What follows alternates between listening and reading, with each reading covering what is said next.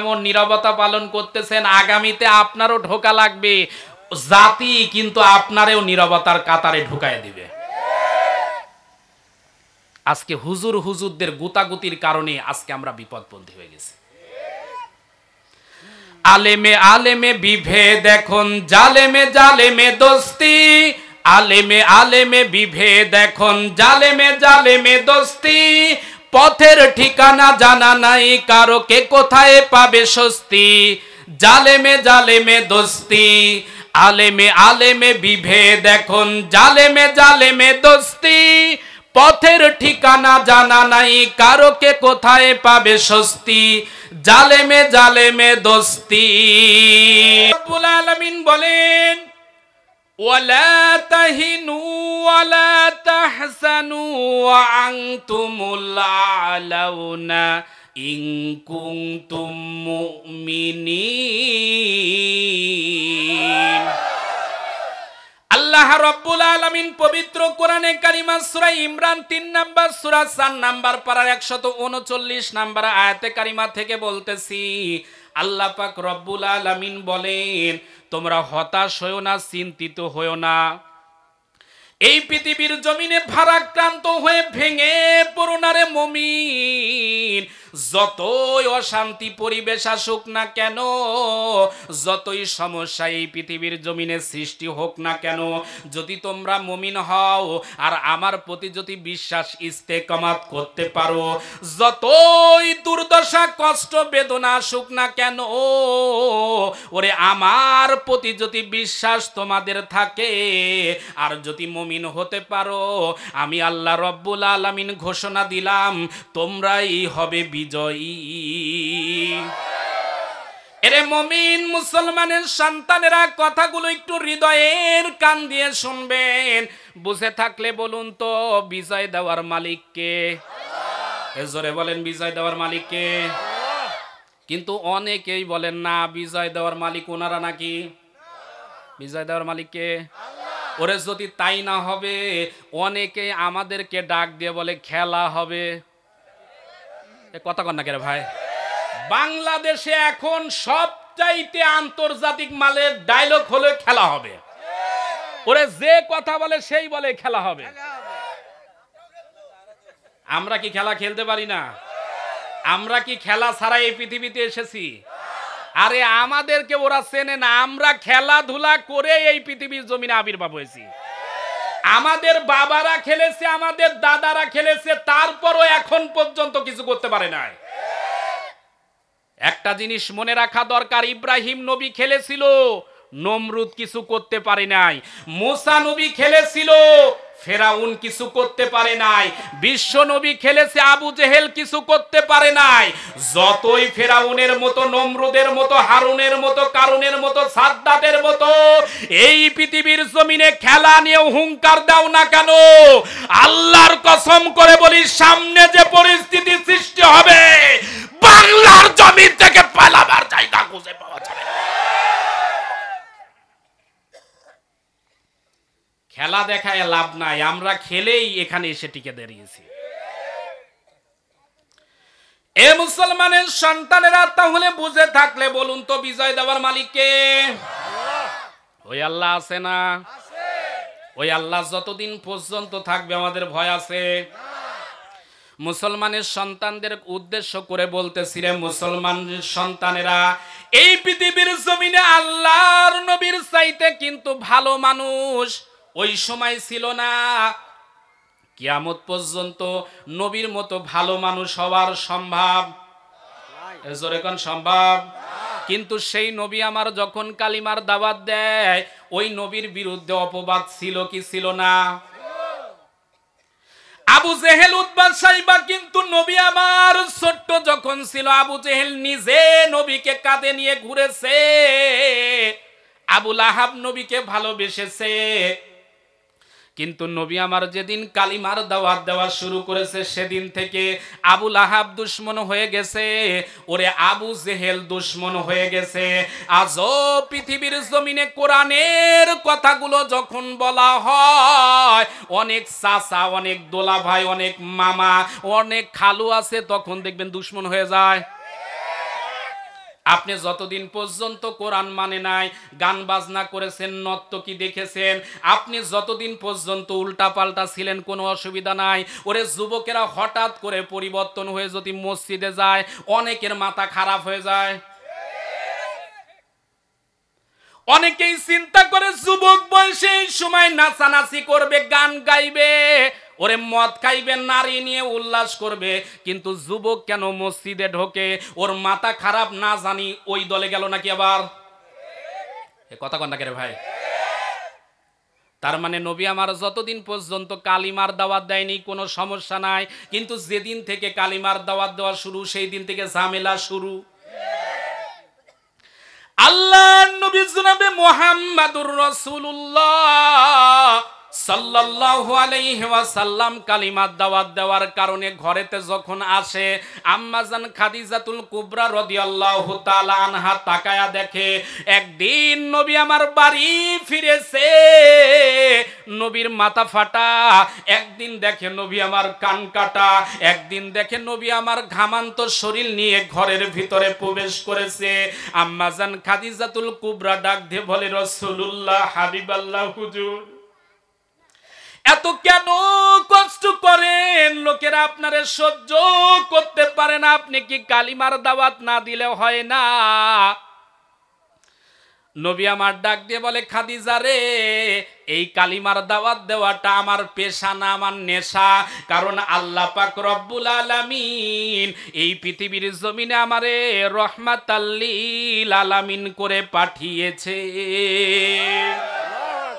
আল্লাহ রব্বুল আলামিন বলেন, ইয়া আইয়ুহার রাসূলু বাল্লিগ মা উনসিলা ইলাইকা মির রাব্বিক ওয়া ইল্লাম তাফআল ফামা বাল্লাগতা রিসালাতাহু ওয়াল্লাহু ইয়াসিমুকা মিনান নাস। আল্লাহ রাব্বুল আলামিন পবিত্র কোরআনে কারিমা সূরা মাইদা 5 নাম্বার সূরা 6 নাম্বার পারা 67 নাম্বার আয়াতে কারিমা আল্লাহ রাব্বুল আলামিন বলেন, হে রাসূল, ইয়া আইয়ুহার রাসূল, হে রাসূল, বাল্লিগ, আপনি তাবলীগ করুন, মা উনসিলা ইলাইকা মির রাব্বিক। কোন কিতাবে তাবলীগ করা লাগবে?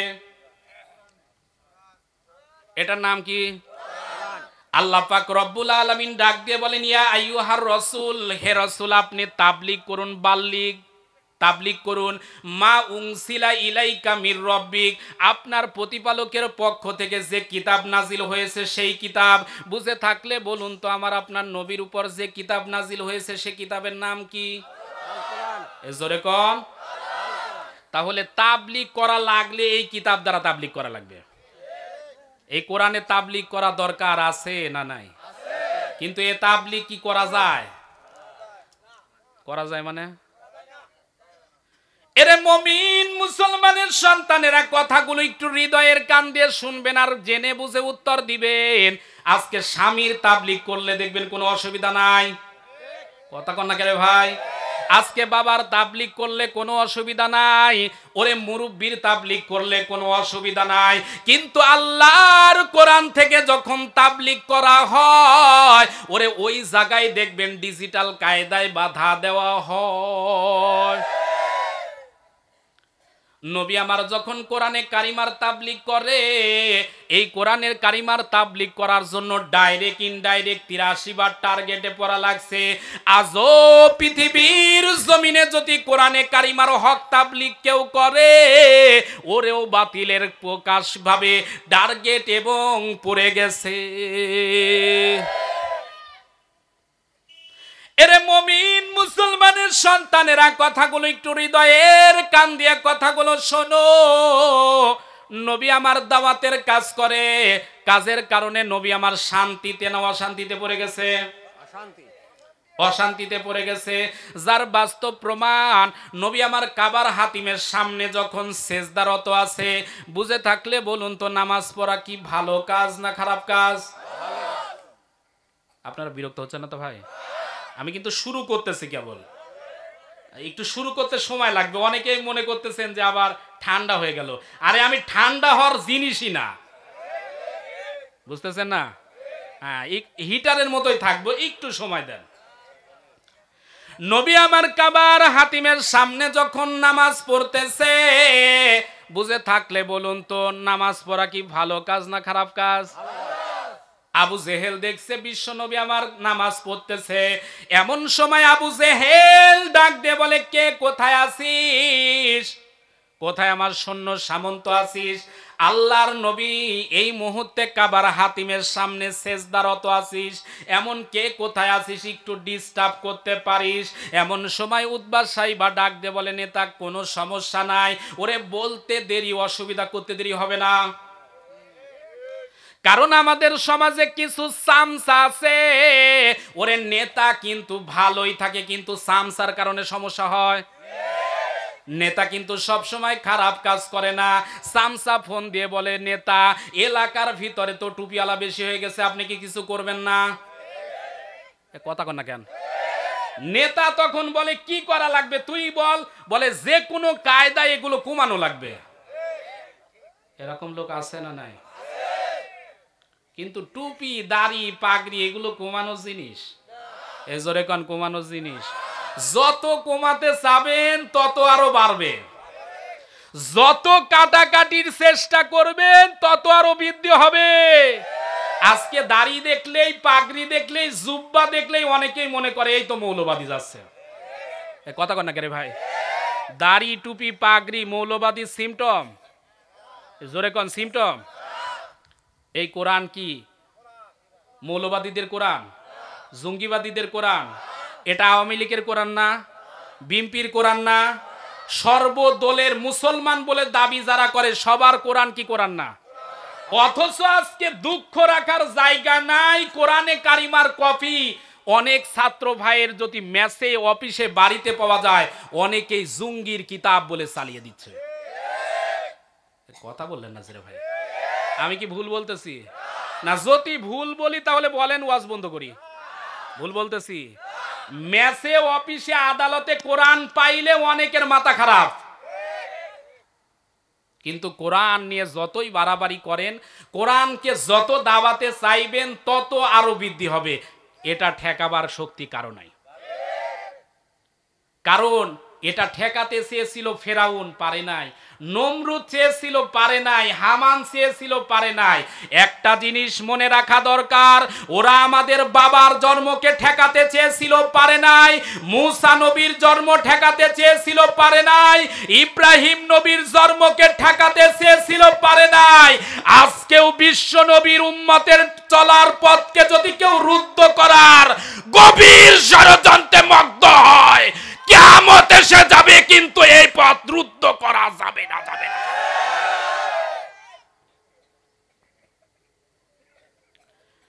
এ মুসলমানের সন্তানেরা, কথাগুলো একটু হৃদয়ের কান দিয়ে শুনবেন। নবী আমার কাবার হাতিমের সামনে যখন সেজদারত আছে, উতবা সাইবা এসে নবীর গলার ভিতরে ফ্যাঁস দিছে চাদর দিয়ে। চাদরের ফ্যাঁসের কারণে নবীর চক্ষুগুলো যেন বাহির হয়ে যাবে। নবী আমার যেন এত কষ্ট পাচ্ছে যে কোনো সময় পান পাখি যেন উড়ে চলে যাবে। এমন সময় উতবা সাইবা বলেন, না রে না, আব্দুল্লাহর এতিম সন্তান মুহাম্মদ তো কোনো অন্যায় করে না, অপবাদ দেয় না, আমাদের বিরুদ্ধে কোনো কথা বলে না, তারপরও কেন আমরা এত জুলুম করি? এই মানুষটা যদি মারা যায়, বিবেকের কাছে কোনো জবাব দিতে পারবো না, সুতরাং রেখে চলে যায়। ওই মুহূর্তে নবীকে ছেড়ে দিয়ে চলে যায়। বুঝে থাকলে বলুন তো, নবীর কোনো অপরাধ দোষ আছে? এজোরে কোন আছে? নবীকে রেখে চলে গেল। এত কষ্ট দেয়, এত জুলুম করে, এত নির্যাতন করে, তারপরও বুঝে থাকলে বলুন তো, নবীর দলের লোক কমে না বাড়ে?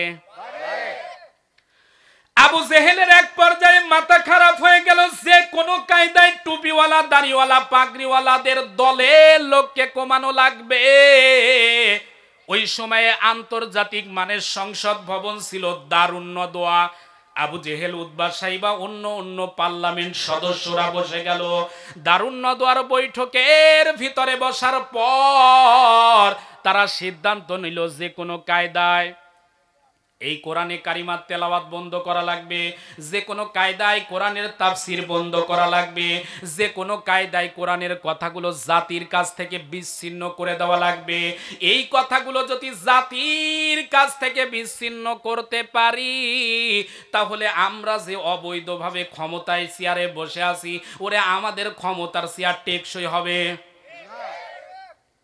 আবার না মানে আমার কথা বুঝতেছেন না মনে হয়। আবু জেহেল এই ক্ষমতাকে পাকাপোক্ত করার জন্য ওই সময় একটা আইন পাশ করেছিল। ১৫০০ বছর আগে ওই আইনটা পাশ করেছিল। আল্লাহ পাক জানেন সব কিছু। আবু জেহেল মরে যাবে, ফেরাউন মরে যাবে, নমরুদ মরে যাবে।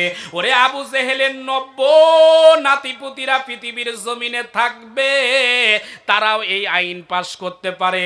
যার কারণে সেদিন আল্লাহ পাক এই আইনটাকে কোরআনের ভিতরে নোট করে ঢুকিয়ে দিলেন। আল্লাহ পাক রব্বুল আলামিন বলেন, ওয়াকালাল্লাযীনা কাফারু লা তাসমাউ লিহাযাল কুরআন লিহাযাল কুরআনি ওয়ালগাউ ফীহি লাআল্লাকুম তাগলিবুন। আল্লাহ রাব্বুল আলামিন পবিত্র কোরআনে কারিমা সূরা হামিম সিজদা ৪১ নাম্বার সূরা ২৪ নাম্বার পারার ২৬ নাম্বার আয়াতে কারিমা থেকে বলতেছি, আল্লাহ পাক রব্বুল আলামিন বলেন, কাফিররা সেদিন বলেছিল লা তাসমাউ লিহাযাল কোরআন, তোমরা কোরআন শুনতে যেও না, কারণ মুহাম্মাদুর রাসূলুল্লাহ এই কোরআন দ্বারা রাজনীতি করে। বুঝে থাকলে বলুন তো, আল্লাহর নবী কি কোরআন দ্বারা রাজনীতি করে? জোরে কোন। আবু জেহেল সেদিন বলেছিল মুহাম্মাদুর রাসূলুল্লাহ সাল্লাল্লাহু আলাইহি ওয়াসাল্লাম এই কোরআন দ্বারা রাজনীতি করে। মুহাম্মাদুর রাসূলুল্লাহ এই কোরআন দ্বারা আমাদের বাপ দাদার নিয়ম নীতির বিরুদ্ধে কথা বলে। মুহাম্মাদুর রাসূলুল্লাহ এই কোরআন দ্বারা আমাদের ধর্মীয় অনুভূতিতে আঘাত করেছে। ওরে ওই কথাগুলো বর্তমানে ২০২২ সালে ডিজিটাল কায়দায় বলা হচ্ছে। কোরআনের তাফসীর মাহফিলে বসে কোরআন থেকে হুজুরেরা যেহেতু হক কথাগুলো জাতির কাছে খুলে খুলে বলবে, এই জন্য যে কোনো কায়দায় ওরে কোরআনে কারিমার মাহফিলের উপরে ১৪৪ ধারা জারি করা লাগবে।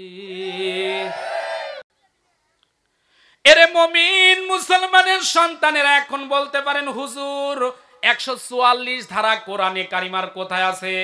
জানা দরকার আছে না নাই?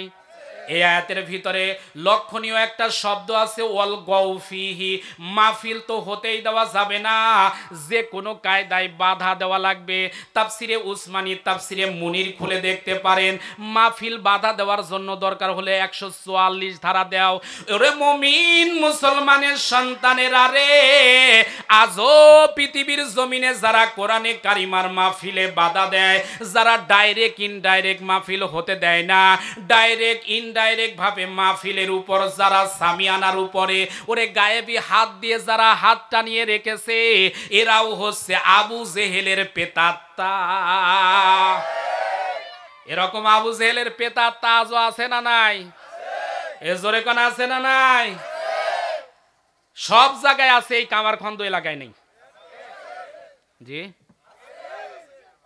আরে আছে মানে সেটা আপনারাই বলেন, আমি বলে আবার বিপদে পড়ি নাকি? আরে আছে মানে কয়েকদিন আগে মাহফিলে গেলাম, মাহফিল কমিটির সভাপতি বলতেছে, হুজুর আগে উপরওয়ালার কাছে টাকা দিয়েছে, তারপরে মাহফিলের বাঁশ পুঁতেছি। কোন উপরওয়ালা? কোন উপরওয়ালা? আল্লাহ। হ্যাঁ, এটা সেই উপরওয়ালা। মাহফিল করার জন্য যদি উপরওয়ালার কাছে টাকা দিয়েছে, তারপরে মাহফিল করা লাগে, এ দেশ আপনার আছে? এ বাড়ি আপনার আছে? ওরে নিজ বাড়িতে আজকে আমরা ভাড়াটিয়ার হয়ে ভান ধরে আছি। আপনারা কি ভাড়া বাড়িতে থাকেন না নিজ বাড়িতে? এই যারা আস্তে কথা বলবে বুঝবেন যে এগুলো ভাড়াটিয়া। এ ভাই আপনারা কি ভাড়াটিয়া? আপনারা ভাড়াটিয়া? ভাড়াটিয়া যদি না হয় জবান খুলে কথা বলে। আর যেগুলো দেখবেন ভাড়াটিয়া, ওইগুলো যত শক্তি সামর্থ্যবান পুরুষ হোক, ও দেখবেন মিউ মিউ করে কথা বলে। কারণ ওর ধান্দা জোরে কথা বললেই বাড়িওয়ালা বাড়িতে থাকতে দিবে না। তা আপনারা কি ভাড়াটিয়ার মতো বাঁচতে চান? দেশের অবস্থা 12টা, দেশের অবস্থা শেষ, এতে বোঝার আর কারো বাকি নাই। এরপরও যদি ঘুমান, কপাল কপাল কপাল খারাপ ছাড়া আর কিচ্ছু নাই। আর কত ঘুমাবেন, আর কত ঘুমাবেন? এই ঘুম আর ভাঙবে না। উচিত জেগে জেগে কোনো মানুষ যদি ঘুমায়, ওই মানুষকে কাতুকুতু দিয়েও জাগাতে পারবেন না।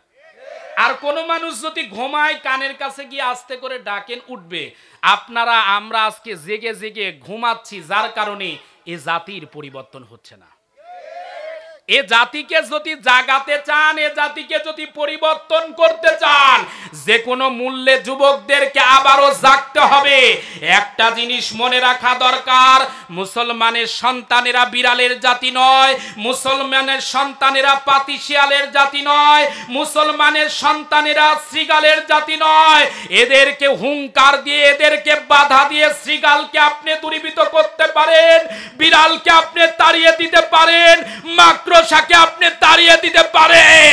মুসলমানের সন্তানকে এক মুহূর্তের জন্য ময়দান থেকে আলাদা করা যাবে না, যাবে না। সুতরাং কোরআনের জন্য যদি জান দিতে হয়, মাল দিতে হয়, স্ত্রীকে বিধবা করতে হয়, কারা কারা রাজি আছেন? হাত তোলা লাগে দেখা। আমার মনে হয় আপনারা ভয় পাচ্ছেন, খুব রাগ করতেছেন, চিন্তা করতেছেন কামার খন্দ এই থানায় আর হুজুরে ঢুকতে দিব না, এরকম ভাবতেছেন।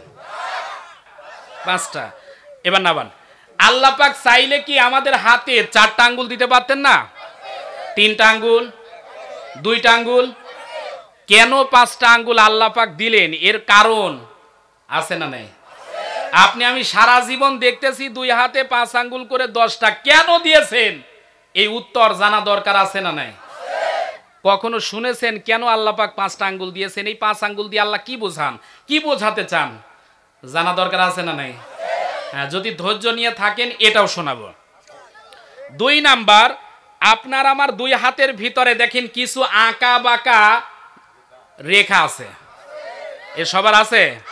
তো এই 2 হাতের রেখার ভিতরে আল্লাহ পাক কি লিখে দিয়েছেন, কি নকশা রেখেছেন, এটা জানা দরকার আছে না নাই? 2টা গেল। 3 নাম্বার হলো, কি হলো ভাই, পিছনে কি সমস্যা? পিছনে সমস্যা হচ্ছে?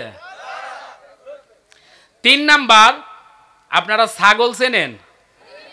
ছাগল, ছাগল, জিও, আমার কথা বুঝতেছেন তো? ছাগল চেনেন? ছাগলের পা কয়টা? কুকুরের পা। ছাগলের মাথা কয়টা? কুকুরের একটা। ছাগল জবাই করলে ছাগলের গোশত কালো হয়, সাদা হয় না লাল হয়? কি হয়? সাদা, মানে লাল হয় না? আপনারা ছাগল মনে হয় খাননি, কি কালার হয়? লাল। কুকুর জবাই করলেও কিন্তু কুকুরের গোশত সাধারণত লাল হবে। কিন্তু আমার প্রশ্ন হলো, ছাগলের গোশত খাওয়া হালাল, কিন্তু কুকুরের গোশত খাওয়া হারাম। হালাল না হারাম? তে কুকুরের গোশত খাওয়া কেন হারাম আর ছাগলের গোশত কেন হালাল, জানা দরকার আছে না নাই? যদি আপনাদের ধৈর্য থাকে, এই 3টা প্রশ্নের উত্তর সহ আজকের মাহফিলের যাবতীয় যতটুকু কথা বলার নিয়ত করেছি সমস্ত কথাগুলো বলার চেষ্টা করব ইনশাআল্লাহ। এতটুকু সময়, 1.5 ঘন্টা সময় যদি লাগে আপনারা দিবেন? এ দিবেন? কারা কারা দিবেন একটু হাত তুলে দেখান তো। কই কই? হ্যাঁ, এই যে কিছু মানুষ এখনো হাত তোলেনি, কিছু মানুষ নিচু করে আছে, যাতে মনে করতেছে অর্ধেকে চলে যাব। শুনবেন না তাই তো?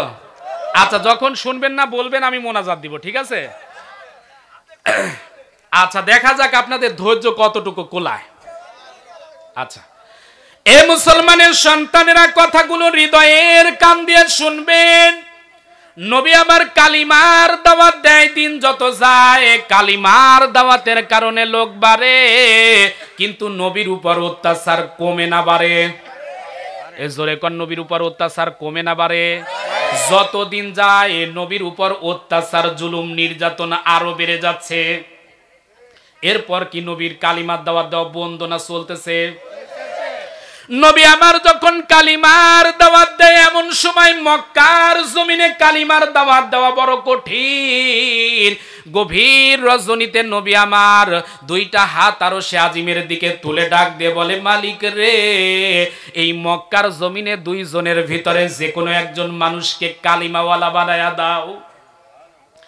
একজন হলো আমর ইবনে হিশাম, অন্যজন হলো ওমর ইবনে খাত্তাব।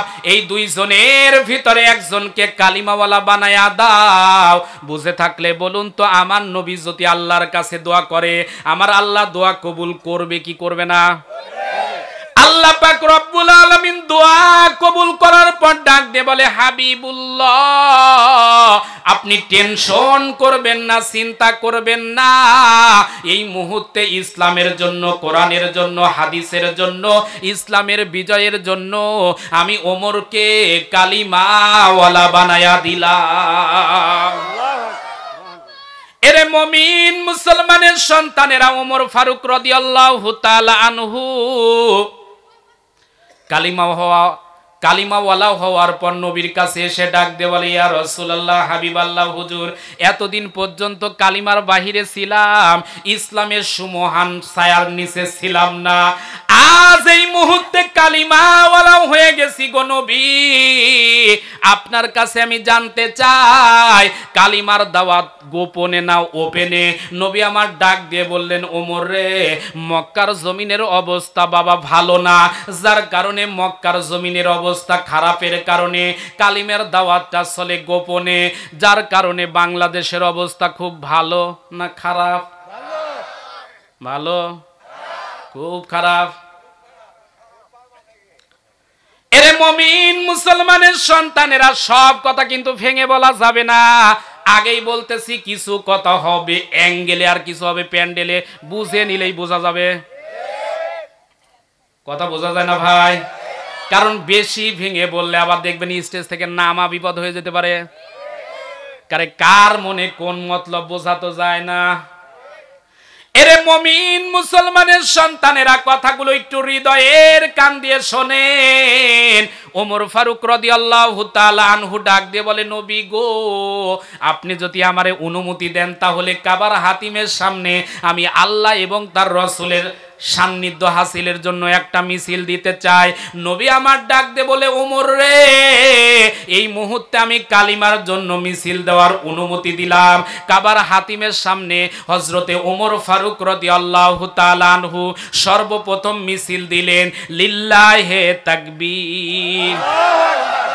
জোরে মিছিল দেন তো, লিল্লাহে তাকবীর। আল কোরআনের আলো, আল হাদিসের আলো, লিল্লাহে তাকবীর। কাবার হাতিমের সামনে হযরতে ওমর ফারুক রাদিয়াল্লাহু তাআলা আনহু মিছিল দেওয়ার পর আবু জেহেল, উতবা, সাইবা চিন্তা করে, যে জমিনের ভিতরে লাত মানত উজ্জার নিয়ম নীতি ছাড়া চলে না, ওই জমিনে কে আল্লাহর নামের মিছিল দেয়? ওরে ঘর থেকে আবু জেহেল, উতবা, সাইবা বাহির হওয়ার পর দেখতেছে মিছিলের সামনে হযরতে ওমর দাঁড়িয়ে আছে। সুবহানাল্লাহ বলবেন না? উতবা, সাইবা ডাক দিয়ে বলতেছে, নেতা, মিছিল দিচ্ছে এই জমিনে কি কোরআন হাদিসের মিছিল চলে? যে কোনো কায়দায় মিছিল থামানো লাগবে। আবু জেহেল বলে, তুই চিনিস ওমর রে? ওমরের সামনে যদি যাস, ওরে একটারও মাথা রাখবে না, ইন্না লিল্লাহ পড়ায় ছেড়ে দিবে। সুবহানাল্লাহ বলবেন না? সুবহানাল্লাহ বলবেন না? আজকে এই পৃথিবীর জমিনে ওমরের বড় দাম। আজকে এই পৃথিবীর জমিনে ওমরের খুব দরকার। কথা কন না কেরে ভাই? আমার বিশ্বাস, আজও বাংলাদেশের এই ৬৪ জেলা থেকে যদি একজন ওমরের মতো আদর্শ নিয়ে, ওরে খালিদের মতো আদর্শ নিয়ে বাংলাদেশের ৬৪ জেলা থেকে যদি একজন করে ওমর বাহির হতে পারত, আর জনগণ যদি তার পিছনে যাইতো, আল্লাহর কসম করে বলি, কোন রামবাম নাস্তিকও আল্লাহর নামের স্লোগান নিয়ে কটূক্তি করার সাহস পেত না। আজকে দুঃখ রাখার জায়গা নাই। কষ্ট কারে বলবো, কোথায় বলবো? বলার মতো জায়গা নাই। নারায়ে তাকবীর আল্লাহু আকবার স্লোগান দিলে অনেকের মাথা গরম হয়ে যায়। আচ্ছা, এখানে সর্বদলের মানুষ আছেন, আমি রাজনীতির দলের কোনো পাল্লায় তুলবেন না, আমি বলতেছি নারায়ে তাকবীর এটা কি খারাপ শব্দ? লিল্লাহে তাকবীর এটা কি খারাপ শব্দ? কিন্তু কয়েকদিন আগে আমরা দেখলাম একটা সমাবেশের ভিতরে নারায়ে তাকবীর বলার কারণে উনি নাকি বিতর্কিত হয়ে গেছে। এ কথা কন না কেরে ভাই? নারায়ে তাকবীর বললে কি কেউ বিতর্কিত হতে পারে? আপনি আমি মুসলমান যদি হয়ে থাকি, নামাজ 5 ওয়াক্ত যদি পড়ে থাকেন, যে দলের লোকই হন না কেন, মসজিদে ইমাম সাহেব কি নারায়ে তাকবীর বলে নামাজ শুরু করে না মা দুর্গা বলে নামাজ শুরু করে? জি জি জি। তাহলে নারায়ে তাকবীর বলে না, আল্লাহু আকবার বলে। আল্লাহ মানে আল্লাহু আকবার, আল্লাহ সবচাইতে বড়। এই তাকবীর দিয়ে যদি নামাজ শুরু করে, সেখানে আপনি যদি রাজনীতির গন্ধ না খোঁজেন, তাহলে নারায়ে তাকবীর ভিতরে রাজনীতির গন্ধ খোঁজার কোনো কারণ আছে? এজরে কোন কারণ আছে? আপনি নারায়ে তাকবীর ভিতরে কেন রাজনীতির গন্ধ খোঁজেন? আপনি মারা গেলে সেখানে যেমন আল্লাহু আকবার ধ্বনি শোনানো হবে, আপনি যখন নামাজে যান সেখানে আল্লাহু আকবার ধ্বনি শোনানো হচ্ছে। ওরে মৃত্যুবরণ করার পর আপনার যখন জানাজা হবে, ওই জায়গায় আল্লাহু আকবার ধ্বনি তো শোনানো হবে। তাহলে সব জায়গায় যদি আল্লাহর নামে ধ্বনি শুনতে হয়, মুসলমান কি আল্লাহু আকবার ধ্বনি ছাড়বে? এজরে কোন ছাড়বে? একটা জিনিস মনে রাখা দরকার, আমাদেরকে যতই বলো, আমাদেরকে যতই থামাও না কেন, একটা জিনিস মনে রাখা দরকার, আমাদের রক্তে মিশে আছে আল্লাহু আকবার, আমাদের হৃদয়ে মিশে আছে আল্লাহু আকবার, আমাদের কণ্ঠে মিশে আছে আল্লাহু আকবার। যতক্ষণ পর্যন্ত মুসলমানের 3.5 হাত বডির ভিতরে রুহু আসা যাওয়া করে, আল্লাহর নামে ধ্বনি কারো বাবার ক্ষমতা নাই ছিনিয়ে নিতে পারে। মুনাফিকি যতই করেন, আল্লাহর নামের ধ্বনি ছিনিয়ে নিতে পারবেন না।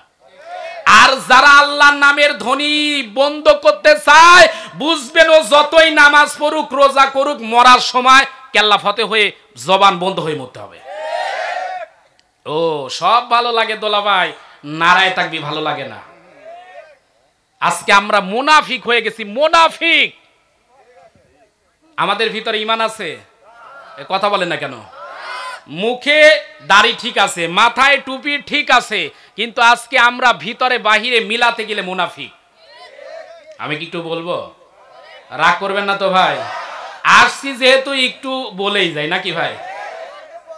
মুসলমানের সন্তানেরা কোনোদিন ইহুদি খ্রিস্টানকে অনুসরণ করতে পারে? জোরে কোন পারে? কিন্তু আজকে আমরা কি মুসলমানের সন্তান হওয়ার পর আমাদের অনুসরণ করি কি আমরা আল্লাহর রসুলকে না ইহুদি খ্রিস্টানদেরকে? হ্যাঁ, 2 গ্রুপ হয়ে গেছে এখনই। আমাদের আদর্শকে, হ্যাঁ এখানেই 2 গ্রুপ। আমাদের আদর্শ যদি আল্লাহর রসুল হতো, তাহলে যারা আমাদের রসুলকে গালি দেয়, যারা আমার আল্লাহকে গালি দেয়, যারা আমার কোরআনকে গালি দেয়, যারা আমার নবীকে সহ্য করতে পারে না, আর যাই হোক না কেন, ওই বিধর্মীদের পতাকা বাংলার সোনার আকাশে একটা উঠতে পারে না। আজকে আপনি বিশ্বকাপের নামে বাংলাদেশে যেগুলো পতাকা উড়ানো হচ্ছে, মুসলমানের বৈধ সন্তান একটা উড়াতে পারে না। ব্রাজিল, আমার কথায় রাগ করবেন না? রাগ করবেন? যদি রাগ না করেন সবকিছু খোলামেলা একটু বলবো, পরে যা করেন করবেন। বলবো যে ব্রাজিলে আজান বন্ধ, লক্ষণ ভালো না খারাপ? জোরে কোন ভালো না খারাপ? সেই ব্রাজিলের পতাকা আপনি টানিয়ে উল্লাস করতেছেন, আপনার মুসলমান বলে পরিচয় দিতে লজ্জা করে না? যে আর্জেন্টিনায় আল্লাহর নাম প্রকাশ্যে নেওয়া যায় না, সেই আর্জেন্টিনার পতাকা টানিয়ে আপনি আজকে নিজেকে গর্ববোধ করতেছেন, আপনার মুসলমান বলে লজ্জা করে মরে যাওয়া উচিত। হ্যাঁ, অনেকের এখন জ্বালা ধরবে, হুজুর এতক্ষণ ছিল ঠিক, এখন কোথায় আসলেন? আপনি মুসলমানের সন্তান হয়ে যদি নবীর আদর্শ, আপনাকে যদি বলি দাড়ি রাখেন আপনার মাথা গরম, আপনাকে যদি বলি একটু ঢিলা ঢালা জুব্বা পরেন অথবা পাঞ্জাবি পরেন আপনার মেজাজ গরম, আপনি বিধর্মীদের পোশাক পরে নিজে নাচতেছেন আর গাইতেছেন, আপনার মতো অভদ্র, আপনার মতো বেয়াদব আসমানের জমিনে একটাও নাই। আপনি রাগ করলেও যা, না করলেও তা।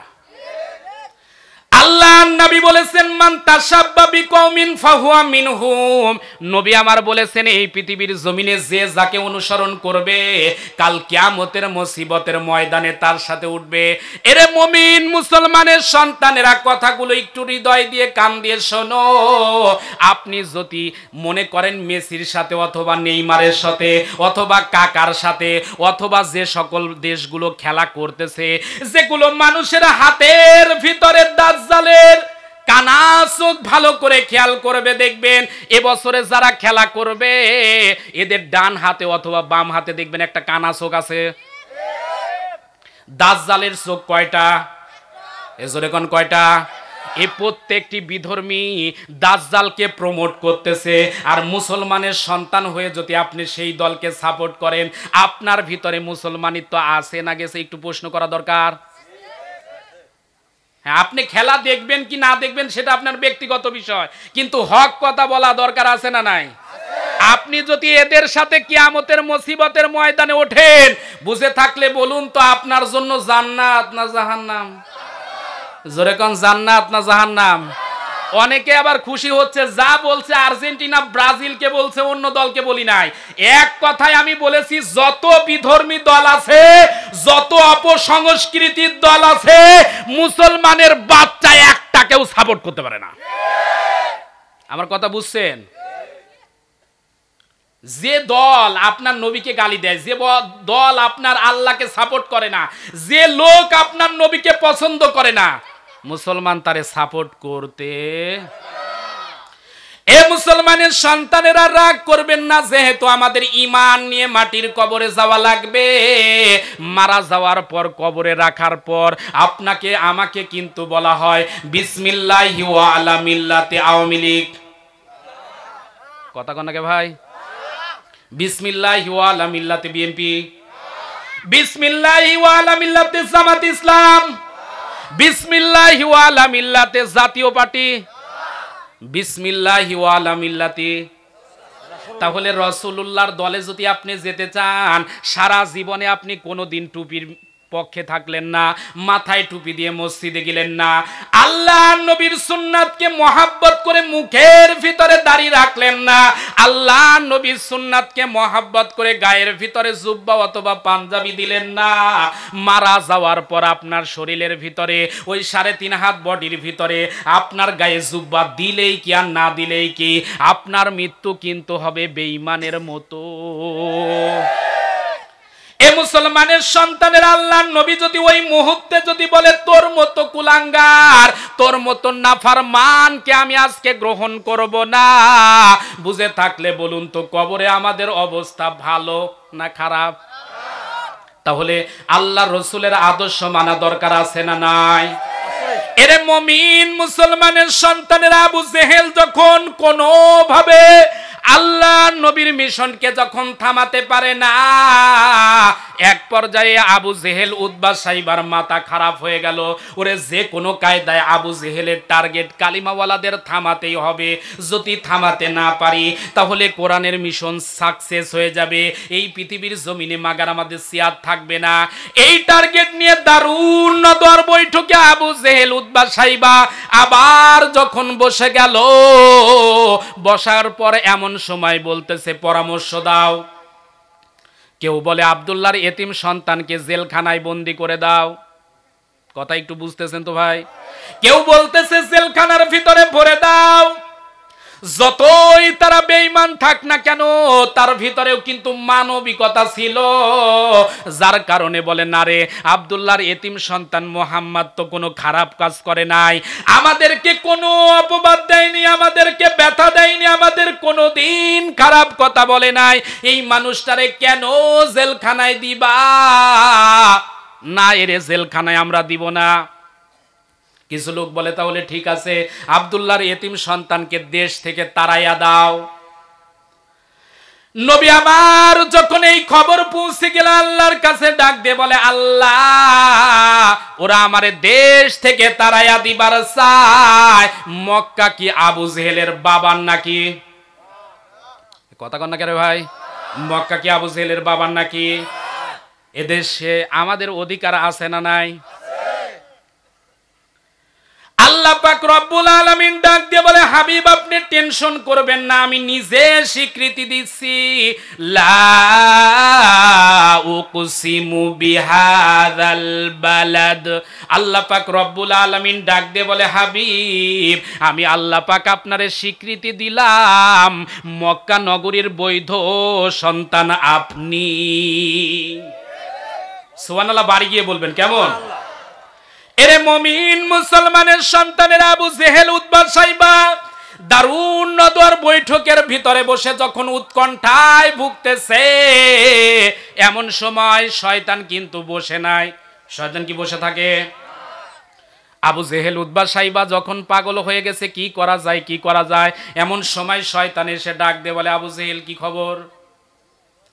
আবু জেহেল ডাক দিয়ে বলে, নেতা কি বলবো, আমাদের বুদ্ধি তো সব আনফিট। শয়তান ডাক দিয়ে বলে, তোদের বুদ্ধি যখন আনফিট, আমি শয়তানের বুদ্ধি এখানে হবে ফিট। শয়তান ডাক দিয়ে বলে, নেতা আব্দুল্লাহর এতিম সন্তানকে জেলখানায় দিলেও বিপদ, কারণ আব্দুল্লাহর এতিম সন্তান মুহাম্মদ এমন একজন মানুষ, ওই মানুষটা জেলখানায় গেলে বসে থাকবে না, বরং ওই জায়গায়ও কালিমার দাওয়াত দিবে, সুতরাং ওই জায়গায়ও কালিমার লোক বাড়বে। আজও যারা কোরআনের পাখি, কোরআনের যারা সুরকার, কোরআনের যারা গীতিকার, ওরা জেলখানার ভিতরে বসে আছে। অনেকেই মনে করতেছে জেলখানার ভিতরে বসে কোরআনের পাখিরা বুঝি চুপ করে আছেন। না রে না, এই পৃথিবীর জমিনে যেমন আপনাদের দাওয়াতি কাজ চলতেছে, আল্লাহর কসম করে বলি, এই রকম যদি আর কিছুদিন থাকে, কোরআনে কারিমার বরকতে ওরে জেলখানার ভিতরেও নারায়ে তাকবীর মিছিল শুরু হয়ে যাবে। আজকে চোর, ডাকাত, লুচ্চা, বদমাশের জেলখানায় থাকার কথা, অথচ চোর, ডাকাত, লুচ্চা, বদমাশ সব বাহিরে ঘুরে বেড়ায়, আর ভালো মানুষ সব জেলখানায়। গজব আসবে না কেন? আজকে আমাদের মাননীয় প্রধানমন্ত্রী বলতেছে 2023 সালে দুর্ভিক্ষ হবে। ওরে দুর্ভিক্ষ কেন, দুর্ভিক্ষর বাবা আসা দরকার। এমন নীরবতা পালন করতেছেন, আগামীতে আপনারও ঢোকা লাগবে, জাতি কিন্তু আপনারেও নীরবতার কাতারে ঢুকায় দিবে। আজকে হুজুরদের গুতাগুতির কারণে আজকে আমরা বিপদপন্থী হয়ে গেছি। আলেমে আলেমে বিভেদ এখন, জালেমে জালেমে দোস্তি। আলেমে আলেমে বিভেদ এখন, জালেমে জালেমে দোস্তি। পথের ঠিকানা জানা নাই কারো, কে কোথায় পাবে স্বস্তি। জালেমে জালেমে দোস্তি, আলেমে আলেমে বিভেদ এখন, জালেমে জালেমে দোস্তি। পথের ঠিকানা জানা নাই কারো, কে কোথায় পাবে স্বস্তি। জালেমে জালেমে দোস্তি।